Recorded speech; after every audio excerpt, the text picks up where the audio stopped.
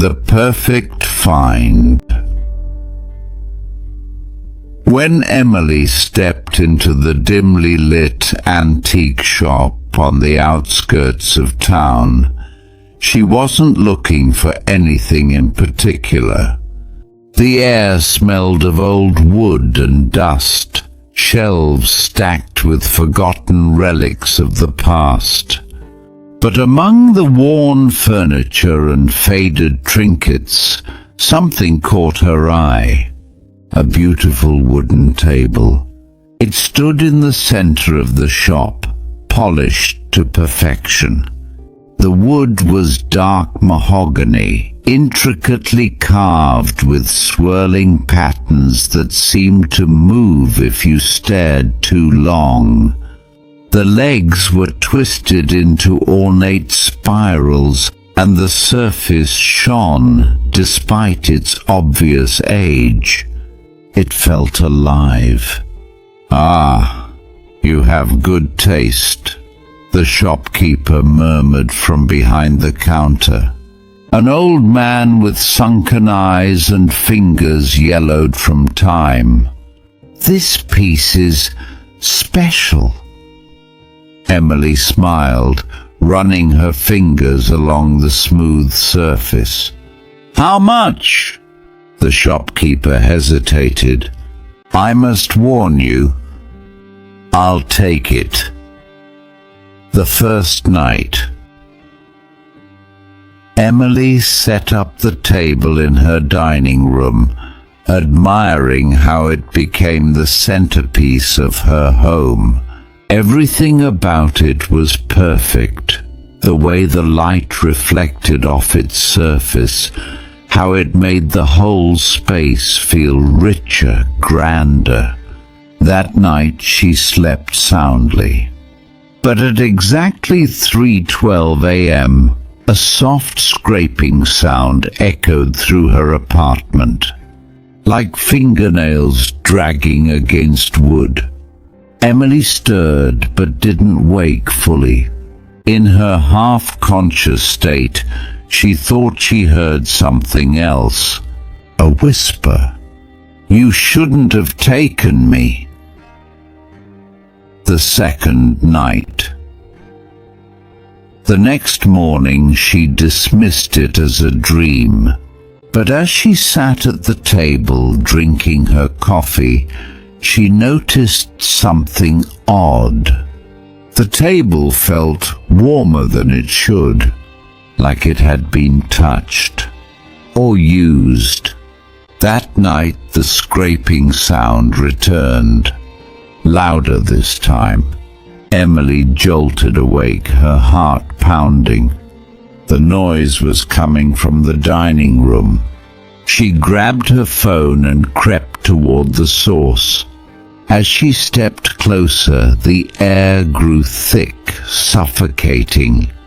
The table sat where she had left it, except now the chairs had moved. They were no longer tucked under the table. They stood pushed out as if someone or something had been sitting there. A chill ran down her spine. She wasn't alone. The third night, Emily tried to convince herself she had forgotten to push the chairs in. But deep down she knew something was wrong. She covered the table with a sheet before going to bed. A foolish attempt to forget. At 3:12 a.m. she woke up gasping. A sharp knock echoed through her apartment. Not from the front door, from the dining room. Her body went rigid.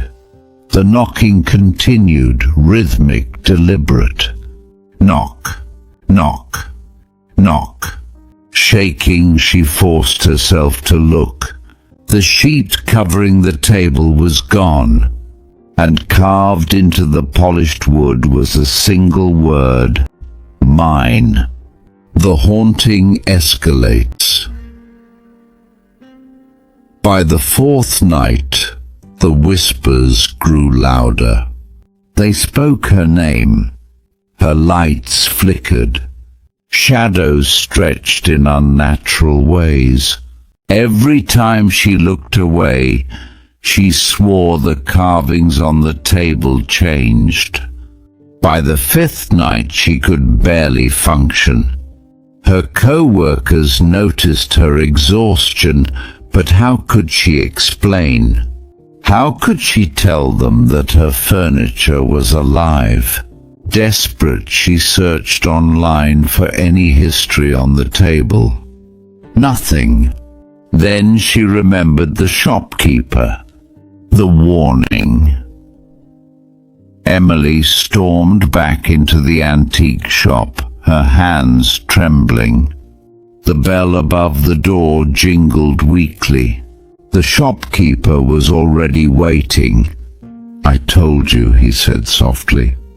"That piece is special."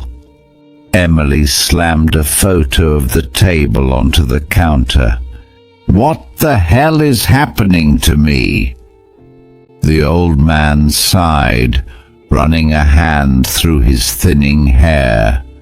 "It's not a table, miss. It's a vessel." Her stomach dropped. A vessel? Something was bound to it a long time ago, and now it's awake. Emily's breath hitched. How do I stop it? The shopkeeper hesitated before whispering, "You'll need a reverend, but be warned. Once it knows you want to cast it out, it will fight back." Part 2. The Reverend arrives. Emily wasted no time. The moment she left the antique shop, she searched for a reverend willing to perform a cleansing. Most refused, sensing the presence was too strong. But after hours of desperate calls, she found one. Reverend Matthews. The next night, the Reverend arrived at Emily's apartment, a weathered man in his 50s, his Bible in one hand and a vial of holy water in the other. As soon as he stepped inside, his expression darkened. "It knows I'm here." The table shuddered. Emily gasped, backing away. The temperature in the room dropped and the air grew thick, suffocating. The Reverend placed a hand on the wood. "This is no ordinary spirit. It's ancient. It was bound here for a reason, and now it doesn't want to leave." Then the lights went out. The battle begins. The apartment trembled as a deafening bang echoed from the table. The chairs toppled over, the air filled with a deep, guttural growl. "We need to start," the Reverend shouted, opening his Bible. Emily clutched her chest, her breath coming in short gasps. The moment he began reading, the table screamed. Not a creak, not a groan. A full shrieking wail erupted from the wood, shaking the apartment walls. Something crawled out from underneath. A shadow, tall, twisted, its face a hollow void. It lunged at Emily. The Reverend threw holy water toward the figure. It howled in agony, retreating into the table, the carvings now glowing red. The temperature dropped further, Emily's breath visible in the freezing air. The whispers turned to shouts, overlapping voices screaming in rage. "You can't take me!" The Reverend pressed his palm against the table and shouted, "In the name of God, be cast out!" The table burst into flames. Emily screamed as the spirit let out a final soul-piercing wail. The room filled with smoke, the temperature snapping back to normal as the fire died instantly. Silence. The table sat in the center of the room, blackened, charred, lifeless. The haunting was over, or so they thought. The final battle.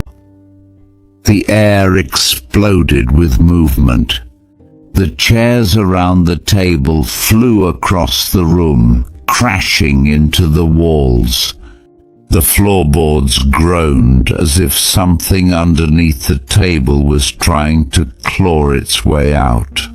Emily clung to the wall as Reverend Matthews began the exorcism. The table shook violently, its surface splitting open, revealing something writhing beneath the wood. A shadow poured out, taking shape, a grotesque, elongated figure, its mouth gaping wide in a silent scream. "You can't banish me!" it howled, its voice echoing through the apartment. The Reverend didn't stop.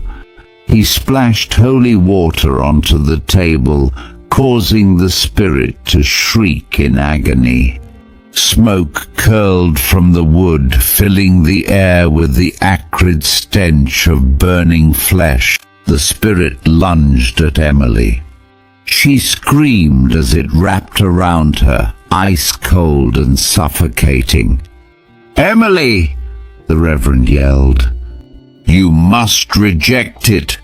Say it now." Emily fought against the crushing weight. With the last of her strength, she gasped, "I command you to leave." A deafening boom shook the apartment as the entity was ripped away, sucked back into the table. The wood cracked, then collapsed into ashes. The spirit was gone. Emily sank to the floor, trembling. The nightmare was over. But deep down she couldn't shake the feeling that something still lingered.